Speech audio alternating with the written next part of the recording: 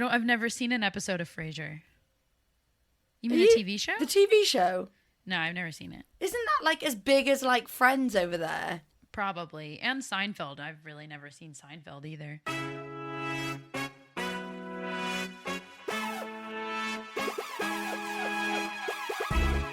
I feel like I'm going to get more hate from not having seen both of the shows than I'm going to get for what happened in the USA game today. I'm going to go with that's probably going to be the case. People are so happy that we lost. And I'm going to call you out, Helen. It was just really bad timing. I was like maybe the 70th minute of the game, maybe after the Sweden scored their third goal, and you retweeted. Oh, I retweeted Flo. It was just like a dagger to the heart. It was like somebody just rubbed some dirt right in my wound or whatever, salt in my wound. I'm just going to read what you retweeted because it was, I don't know. I thought you were on my side. Dude, it's you like retweeted a weird thing. Yummy, yummy U.S. women's football meltdown in my tummy. That obviously was not my words. That was Flo Lloyd Hughes that I was retweeting. All I'll say is, number one, my love of the US has only kind of grown since you and Hannah have kind of both been like big super fans, and I don't like seeing my friends hurt. Why would I? But then on the other side, before the game kicked off, Alex Scott and Casey Stoney were in the studio and they played a video of Megan Rapinoe, and I just thought, you really set yourself up to be hated. Like she said, you know what? Like the last time we played them, I just absolutely loved it. Their manager just was a smirky little whatever. And we went out there and I just love winding everybody up. So when you just see Megan Rapinoe being like, oh, we're losing, it's kind of like quite a nice thing to be like, ha, being cocky does not pay off in the long run. And one day I will be able to go, ha, we won a game against you, America. So you know what? That's the only reason. Take it. I'll take it every time because the confidence in I'll call it confidence. You call it cockiness. It makes it really, really fun no matter what. Like now they're going to have to go defend that against New Zealand. I mean, you say that, and then when the England men were like so humble and like giving all their money to charity and like kneeling and just quietly getting on with it and not saying anything to the press, I was just like, God, I am a lesbian lady, but I would marry any one of you, including Gareth Southgate, the manager. I would marry you because you're all just coming across so humble and graceful and just getting on with it. And then the fans let us down because they were all being wankers. Anyway. Yes. I thought that's where you were going with this. I thought you were going to start telling me that I was like hating on England. I was like, well, it had nothing to do with the team. It was because all of the fans were being like... It's like a flip around, dude. It's like a flip around because the US fans were fine. And it was just the US players like Meg Rab who were like getting under my skin, man. Like, stop it. But we will get onto that. Welcome to this week's episode of the Women's Soccer Show. This day's. Yeah, that is probably the first thing worth noting. We are recording on the day that the games took place, right, Sarah? Oh, yeah. It is... I'm trying to do math, but I've been up since 4 o'clock, so I can't do math, and I can't tell you how many hours after the game it happened, but we're pretty close to after the games, everybody. How was your morning, Helen? It was a late morning. Yeah, it was a really late morning compared to you. I did still have to set an alarm. I was up. I had 3 screens on the go. Oh, nice. I had a couple of coffees. I was feeling good. I guess we're going to do spoiler alert kind of thing and do it the other way around. We'll do all the scores first because all the games took place today. And then we'll jump into a little bit of analysis, starting with you, Sarah, and I'll hand over to you in a minute. Just so everybody knows, Helen's the one that wants to talk about the USA loss. Obviously, I don't. I feel like if we didn't, we'd get complaints. Yeah, it's a headline. Let's go with the 6 results. Scores on the doors, starting with GB versus Chile was a 2-0 win to GB. We will come on to it, so I'm not going to go into any more deets. I'll say it so you don't have to. Sweden versus USA was a 3-0 win to Sweden. Sarah, over to you. Japan and Canada tied 1-1. What a great, fun game that was. China played Brazil. Brazil really took care of business. I'm going to try not to add a comment onto everything because we'll come on to it. Helen, you want to take the last 2? Zambia, Netherlands. Another shocker, really. 10-3 to the Netherlands. Oof. A shocker because if someone wins 10-0, you kind of like demolition. But They got some goals, man. So, They like, definitely fair scored enough. some goals. Is anybody going to get mad at them for scoring a bunch of goals and telling them that it's not sportsmanlike in the Olympics to score a lot of goals? I think or they does that stopped only happen to us? celebrating it around goal 8, though, Sarah. Touche. Oh, mic drop. Miedemar doesn't even celebrate anyway. Miedemar would be lifting a World Cup with a frown on her face, let's be honest. I think I just pulled a back muscle laughing so hard at that. And the final score on the door, Australia and Semke 2 and New Zealand 1. Let's Close. jump straight into a little bit of a deep dive. Let's go Sweden versus USA. What did you make of the sort of opening 15 minutes, Sarah? Well, I unfortunately missed the first 15 minutes because I set my alarm for 4:15, I want to say, and was having a lovely dream about being awake and watching the game, and then woke up and realized it was 4:45. I had not been watching the game. Watching the game. So I unfortunately can't speak to that. What it seemed like to me, at least when I turned the game on, from the commentators' perspectives, frankly, from what I was hearing from them, and just from watching it for 2 minutes and being like, oh my God, this is not the game I thought I was going to turn on. My first 15 minutes, I was absolutely stunned at what I was seeing, and I'll get into detail, but to sum it up, what I think I saw was Sweden doing to the U.S. what the U.S. usually does to every other team that they play. Basically, everything was breaking down for the U.S., and I'm not saying that to take the credit away from Sweden. Everything was breaking down for the U.S. because of what Sweden was doing. Sweden was high pressing the U.S. so that, first of all, the U.S. had no time on the ball in the midfield. Secondly, they were stretching the field really, really far so that all of the lines got really stretched out, and you were seeing Sweden beat the U.S. midfield and defense. They were beating both lines with one pass of the ball, and that's because the U.S. was so spread out. At the end of the day, the U.S. looked lethargic, they looked unorganized, and I'm just going to say it, we looked old and slow. So I spoke to somebody today from The Athletic, and we were talking about it, and all I can say as an outsider is we were like kind of saying loads of questions and then answering them ourselves. So I said, maybe they just like haven't had much prep. And then I was like, but no, actually, wait, they've played more games in the run up to this Olympics as a unit than any other team. Maybe they're absolutely exhausted. No, wait, most of these players haven't played a season. They've played barely any fixtures for their club. Maybe they've got a ton of crucial injuries. No, not really. They got Tobin Heath back. They've got across the team. It would be the equivalent in men's football of saying like you've got a team with Cristiano Ronaldo, Lionel Messi, like the greatest players in the world, and then saying, "Oh, Messi's missing though, and that's why they're." No, they've got an abundance of talent from back to front to back, side to side. To me, it was like basically, I think you might have hit the nail on the head there with the age thing. They looked tired, and we've been speaking about it now, you and I, for 6 months. It's an argument that I've always had where I'm like, how does Alex Morgan justify a spot on that flight? Well, not even Alex Morgan. I mean, she's only, 31? She's only 31, 32?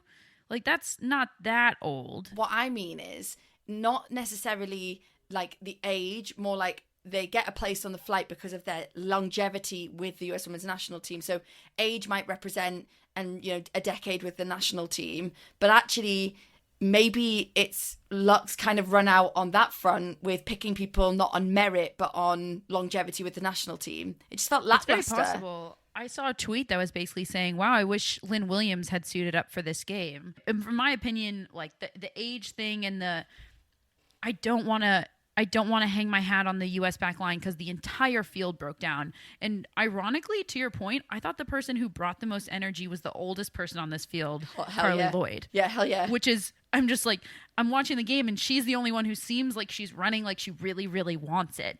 And she's, I don't know, 40? That's probably wrong. 38. She's the oldest person on the field. Yeah. Julie Ertz is an interesting one because I'm watching the first half and I'm thinking to myself, I think that right now the U.S. is being exposed at how much they rely on Julie Ertz to help that back four because she is just so good in that number 6. Julie Ertz just came on and played the first 45 minutes she'd played in a game in months. in the Olympics just now. And to her credit, she did well, but you're not going to be game fit until you've played a lot of games. And that's a really hard first experience. So there's only so much she can do there. The thing that's quite frustrating, just to put the shoe on the other foot, and the thing that's a little bit exciting just as a women's football fan, is we are entering another area of women's football now where the gap is so tight between amazing, good, and growing. The gap is really, really closing down. So Sweden are world class, but before, I don't know what you could call USM's national team, like quadruple world class. Like, what would you? They were a league above, but that gap is naturally starting to close because of an infrastructure being put in, because of grassroots schemes, because of funding. And you said to me, Sweden have always been good. And I was like, but Sweden never had the infrastructure that US women's national team have had for decades, and now they do since 2015. Now they are investing in their players, and their players are getting good salaries. I mean, I always bring it back to Hedvig, but if you ask Hedvig, she never got given a shirt, and now she gets a shirt after every game that she can keep and take home with her. It's like that level of professionalism. It's just a little anecdotal thing that just emphasizes how far those Sweden players have come from basically non-professional to having meals cooked for them at camp. Like, it's really changed. And what a difference it's made. I mean, just to the larger point of invest in women's sports and you will see the returns. I mean, yes, Sweden has been world class, but not everybody knew that for some reason. And now we're really getting to see, as the gap closes, in the previous episode, I mentioned that I have Brazil going to the finals. Brazil, who just lost many games in the She Believes Cup, but the gap is closing, and it's closing very quickly. And as a soccer fan, to see the U.S. be challenged like this, and this is not to say that the U.S. hasn't been. There were, 10 years where the U.S. didn't win a major championship, which sounds like a lot, but they didn't. But to see the U.S. right now at you could say their peak, being challenged like they are right now, and everybody questioning if they're gonna get even to the finals, it's so great to see as a soccer fan. But let's talk about Sweden for a moment, because the US shit the bed, let's be honest, but Sweden forced their hand. I was saying earlier they were high pressing. They were essentially emulating a lot of what the US has historically done to be successful. They were basically playing out their game plan so well. But what were they doing, and who stood out to you on the field for Sweden? So what's really interesting, first of all, is I kind of saw the team sheet and was a bit terrified with a missing Magda Eriksson, because I think she brings so much more than a footballer to the pitch. Like, her ability is one thing, but her leadership skills are just like a whole different level. To get captaincy at a club like Chelsea, you've got to be pretty damn good, like on and off the field. So that was a really terrifying prospect, but Eriksson, Schmeriksson, like it was a real team performance. I know I talk about her almost weekly, and I just can't wait till she's a household name, but Hannah Glass is really coming through for that Sweden team, and she had an excellent Champions League run. And I think that's people like that are the core difference between the World Cup in 2019 and now. Players like Hannah have really kind of come to the forefront. Jakobsson, again, I think was absolutely fantastic for Sweden. Blackstenius, who I adored in the 2019 World Cup, is just growing and growing and growing through every tournament. I mean, she had 2 out of 3 of the goals. Yeah, I feel like one of the biggest factors that are going to see Sweden have great success at this tournament are their front two that kind of play, I guess, in a 2 formation, sometimes like out onto the wing, played together at Real Madrid, and they scored goals together. And they also formed that Real Madrid squad, obviously, last year. So they're a newly formed team. Think Manchester United in 2018. They're a newly formed team who have developed around those striking duo. And now they've come together at Sweden, best mates, hanging out in Spain for a whole year together. Those sort of things are invaluable to a team. Like, having a team that are a unit all together is a game changer. So I think that the experience of Aslani today was really key as well in their performance, but just brilliant beginning to end. And I said it last night on the radio when I was talking on BBC Radio Manchester. Sweden I am the most terrified of. I'm out of everybody, like above Netherlands, above the USA. Helen's just here with the calls, everybody. She called Barcelona, and you now know it. I would say a week ago, she was like, Sweden's one to watch out for. And I mean, here we are. I even put a couple of quid on it to them to Did you really? Oh, yeah, baby. Oh, wow. She's really putting her money where her mouth is. Yeah. I mean, to sum this up, the interesting the outcome of this, aside from obviously the score, is that it looks like, based on this, Sweden will come out number 1 in the group, and the U.S. will have the more difficult road to the final. So Japan versus Canada. I'm going to hand over to you. It's a 1-1 draw, but what did you make of it? Wow. First of all, what a fun opening for Canadian national team fans. I want to shout out all of you because I just want to give you some love because it's a fun squad to watch. We entered a vortex today. Like, what the I've never had a problem is actually going on? I'm jumping ship. No Yeah. longer US. I've decided Canada is my new team. I've got a new passport. To all of you who thought I was a U.S. women's national team fan, I don't know where you got that from. I've never heard of that. No, U.S. women's national team till I die. But I just want to shout that out. It was Sinclair's 300th international appearance, and she scored the opening goal in the first 15 minutes. Beautiful cross from Nichelle Prince, who I want to shout out because I absolutely love watching her in the NWSL. Yes. Gorgeous ball into the box. Sinclair finishes it. Canada goes up 1-0, and just a really fun end of game. Japan missed a penalty kick, and then Iwabuchi of Japan ended up scoring the equalizer to finish that game 1-1. Wanted to shout that out because Iwabuchi is my pick as a dark horse for the Golden Boot. So shout out to me right there. This was a really fun one. This game combined with the GB game made me just think this group is the group of death. This is the group to watch because I don't know who's going to come out of this. We could end up with so many ties. Like, I can see Japan tying GB. I can see Canada tying GB. Like, this is going to be a really fun group to watch. My dad was literally like messaging me like, that 1-1 draw is the best we could have hoped for. Like, does that mean we're through? And I was like, I actually think the maths means that we're probably through already, just on a 3-pointer there. Just obviously bearing in mind that Chile are by far and away the sort of lowest ranked team out of the 4 of us. But you never know. With football, you never know. You never know. Brazil destroyed China. Were you surprised? I was surprised at the scoreline. I did not think it would be such a destruction. I mean, Brazil beat them 5-0. Marta scored multiple goals. I think the clean sheet is what surprised me the most. We know that this Brazil team can put away a lot of goals, but I was impressed that they were able to keep a clean sheet. Barbara had a really great game. Yeah. Brazil, I think, is one of those that is going to be sneaky in this tournament and could either play the upset or could come in big and have a nice road to the finals. I wasn't surprised by the number of goals. I mean, look at the weapons they have. Debinha, Marta, Cristiani. It's just a talented front line, and the fact that they were able to keep a clean sheet bodes well for them. Talking of aging players, Marta 2 goals and just like the opening goal, which is just so crucial just to get the game going. Will she ever retire? I certainly hope not. I mean, she slowed down, but she's still scoring goals, so hell yeah. Why stop now? Speaking of scoring goals, my Golden Boot nominee scored 4 in a 10-3 win over Zambia. That's the Netherlands, of course. I feel for Zambia a little bit. Oof. I do feel for Zambia a little bit. Not hugely surprising. And it's all down to infrastructure, I think, when you look at it. I was actually trying to do some research on whether I'd be able to, for Fowdies, be able to purchase a Zambia jersey. I think that'd be a really cool jersey to get loads of and like support, you know, getting them sold so that it builds sort of an infrastructure around Zambia. There's just nothing. It's basically like they're wearing polo t-shirts out on the pitch and stuff. And they came over to Tokyo, I noticed on their Twitter page, really last minute.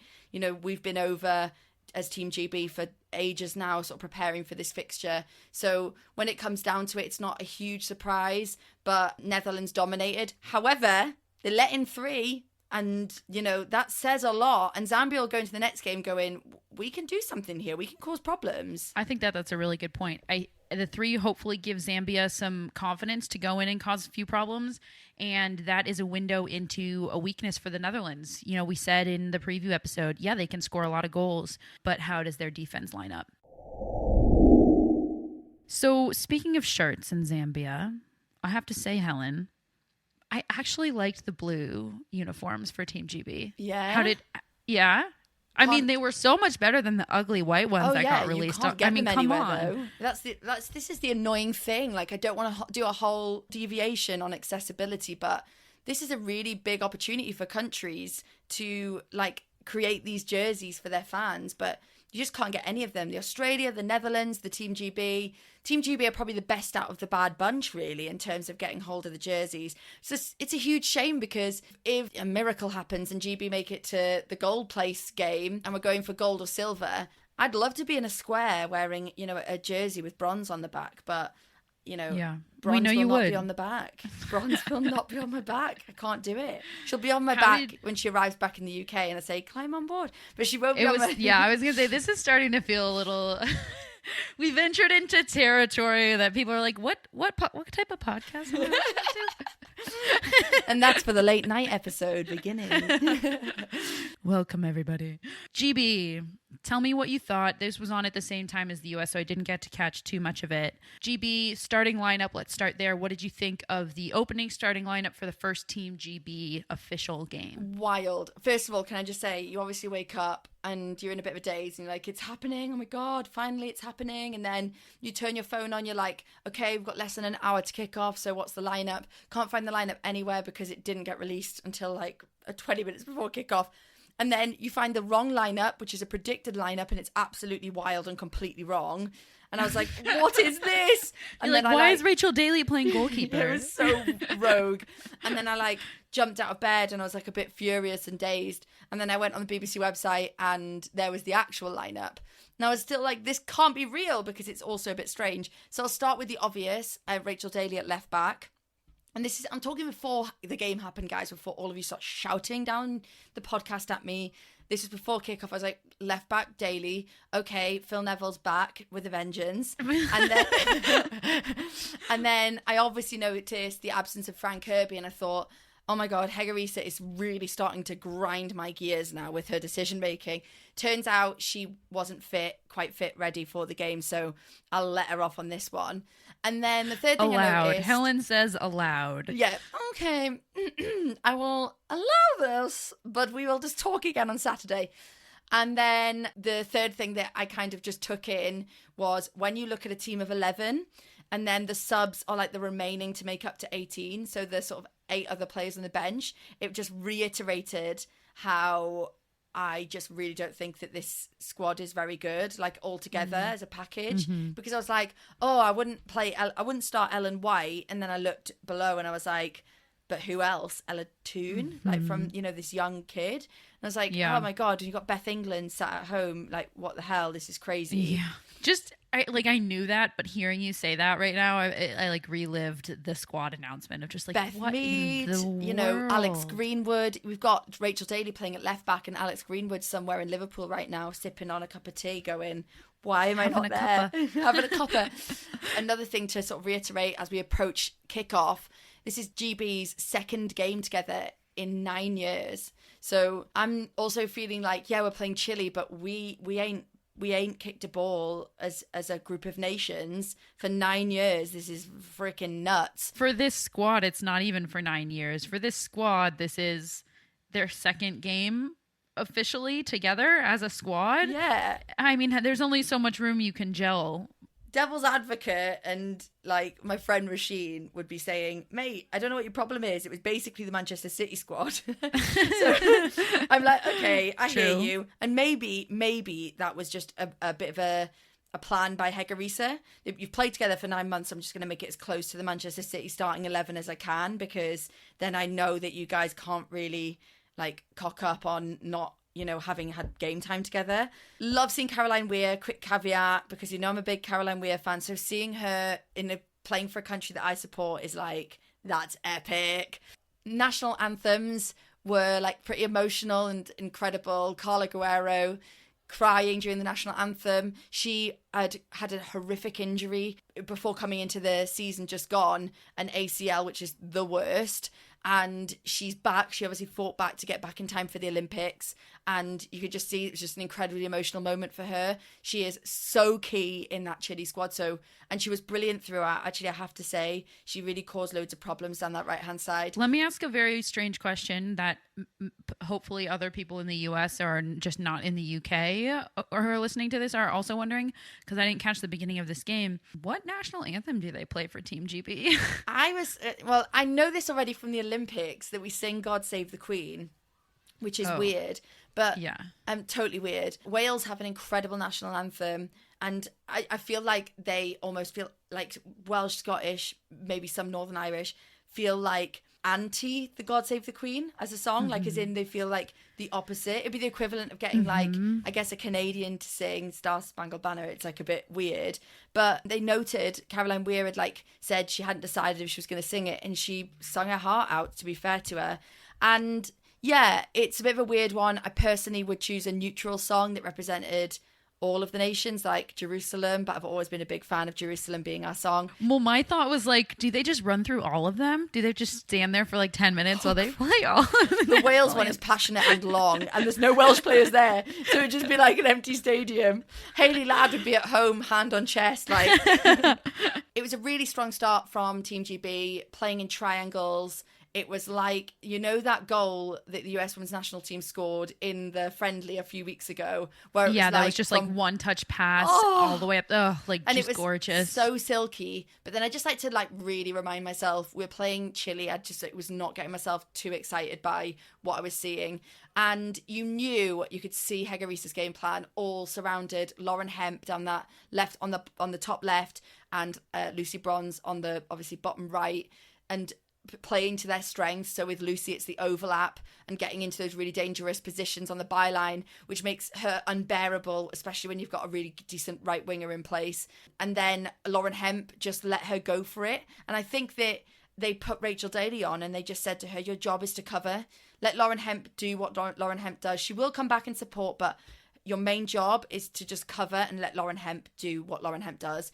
And she just tore through players. I know that I keep saying it and I might be being a bit dramatic, but she's world class. She's 21 years. She's a child. She is world class. I don't think it's dramatic at all. She is world class, and she continues to prove herself over and over and over again. Overall, I wasn't particularly buzzing. Like, the thing that kind of gets me is that we just couldn't put more away. That we were like having a lot of possession, and like there's an perfect example, 61st minute, Kim Little, who was excellent, my player of the match by a long way. She gets this opportunity in the box, flying solo with no one around her, and she decides to like take a touch onto her right foot. And it's just a situation where the ball gets past you at slow pace and you just swing it first time and it would have gone in. It was an empty net basically. And she decided to sort of bring it across her body and try and get it around her. And then the moment's lost, the moment's gone by. And there were so many of those. I wouldn't even want to hazard a guess at how often we had it in the box and chose to take an extra touch. And we will be punished against the likes of Canada and Japan doing that. Yeah, I'm really glad you said that, because that's kind of my question about Team GB. Like, yeah, it's all well and good. You won 2-0 against Chile, but you won only 2-0 against Chile. Like, is that a good enough result for you to feel good going into the next games against teams that will be stronger? Can I make one more point on that, because it's so fascinating in women's football? You go from torno to torno, and a team will go from like 80th in the world to like 35th overnight, because they have built an infrastructure and they have invested and they've got a goalkeeper coach and they've got a nutritionist or whatever. And you just, the pace at which teams are developing. And so that's why these tournaments are so exciting, because if we get into a situation where Chile go into the next game and then lose 1-0 or draw 1-1, everyone will go, oh, whoa, this is crazy. This would never happen in men's football. But that's how fast teams are developing. And that is, you know, they weren't even in the rankings 2 years ago. And now they're in the 30s in ranking Chile. This is like, you know, you never know. You never know. So, Helen, to cap this off, who is your player of the match? Kim frickin' Little. Big up Scotland. Like, holy moly. She dominated that number 10 position. She doesn't get to play it much. So, like, it was so exciting seeing it happen, and slightly concerned that Fran Kirby won't be able to get back in the squad when she comes back, because you can't take Kim Little off now. You just can't. So what do you do? Like, what's your next move? She's so fun to watch, and it's so fun to get to watch her because she usually plays the 6, which she's obviously great at, but she's such a creative player. So fun to get to watch her up there. Excited for the next one. Final game before we go into prediction chats is Australia versus New Zealand. I just want to go over really quickly because we didn't cover this last episode. Last 3 fixtures they played together: 2-0 Australia, 1-1, and then 2-0 Australia. So I'm going, Australia should be dominating this. But obviously, they play each other so often because their country is so far away from anywhere else. They're like constantly meeting each other that it's like, actually, it's not a huge surprise that, you know, they won 2-1 Australia in the end. It's not massively surprising. And of course, it was your girl, my girl, Sam Kerr. First goal, absolutely smashed in by the goalie from the right-hand side, inside of the area. You could have put a bus in front of the goal and it would have gone in. It would have like smashed through all of the windows of that bus and into the back of the net. It was literally venomous shot from Australia. Second goal came from that girl, Sam Kerr, ran into the near post, terrible defending on a corner, let one of the best players in the world loose on the front post is just sacrilege, and she scored to make it 2-0. You just can't. And then 2-1 is just one of those goals I just never want to talk about ever again, because it's one of those goals that they'll play, you know, the men who say get back in the kitchen will play. It was one of those calamitous 93rd minute goals. Everyone just lost their heads for a minute. New Zealand headed it in and it kind of crawled over the line. Keeper was completely wrong-footed and it made it 2-1 in the end. So excited to see how those two teams go through the tournament. All right, how are we doing on our predictions, Oh, Helen? I I know feel you're really so excited good to today. talk about the Golden Boot because your girl got 4, but let's run through them. You know what? It's a long tournament. This is a turtle and a hare kind of race, okay? This is a Miedemar getting 4 goals a game kind of tournament. So for those who don't know, Helen, your prediction for Golden Boot was Vivian Miedema, and mine was Iwabuchi of Japan. Miedema had 4. And Iwabuchi had 1, so Helen is in the lead right there. It's a long old run. Golden Glove, I had Hedvig Lindahl, and she conceded none today against the US Women's National Team. Oh, that hurt. I'm having a really good time. I don't know. Like, sorry, I don't know. Well, I had Barbara, and she conceded none as well. Whoa, that's going to be an exciting one. Spicy. Spicy. And the final 2 teams, I said Sweden versus Netherlands in the final. Both of them won their games, I guess. Not really relevant right now because it's all about knockout football, but USA and Brazil, one of them won, so that's good. was it US? Oh, sorry, no. Too soon. I'm being a cow. Do you know how often I record with Sarah and my team's been demolished, and Sarah is respectful of me. She gives me space. She gives me time. I'll take it. She lets I'll me take it. She lets me just I know that us losing is a happy day for the rest of the world because all we do is win. There's one final thing I wanted to say before we go into the next episode, because Sarah and I will be covering the entire Olympics tournament. Do you think this spells absolute demolishing of teams from now on with the US Women's National Team? Like, if they get something in their teeth, they do not let go. They're like a bulldog. So do you think this actually could be the best thing that happens to them this tournament? Definitely. I mean, in the lead up to this tournament, a lot of us had been saying, yeah, these performances, like on paper, they look good, but have we really been tested? I think that in a group stage with, you could say, lower stakes, because we are expected to kind of walk the next game against New Zealand pretty handily, and we should be able to handle Australia, although that, you know, now we're circling that saying this is a must win to get out of the group. This could be the absolute best thing to expose the weaknesses first thing in the tournament and then be able to work on them. That's the thing about a tournament. You sometimes don't want to be the team to come out strong first. You want to build and you want to peak at the right time, which I can't believe I'm saying that because my college coach wouldn't stop saying that. And I hated hearing that. We got to peak at the right time. We got to peak at but you know what? You got to peak at the right time. And so potentially this could be a silver lining. I'm hoping that this isn't the beginning of a terrible, destructive tournament for the US. I don't think it will be. I think it could be a positive. Love it. Well, guys, we will speak to you again later in the week because we ain't done yet. We are doing another episode after the next round of fixtures, and we will be joining you again when, Sarah? Remind me. The next round of fixtures is on Saturday. So we will be again recording after the day of fixtures on Saturday, and you will get that episode the following day on Sunday. Oh, gorgeous. Can't wait, darling. Can't wait, darling. Okay. Thanks everybody for joining us. Glad you are following along in this already wild tournament with us. Christ, on a bike, it's been one day and I'm absolutely thrilled. Bye, everyone. Bye.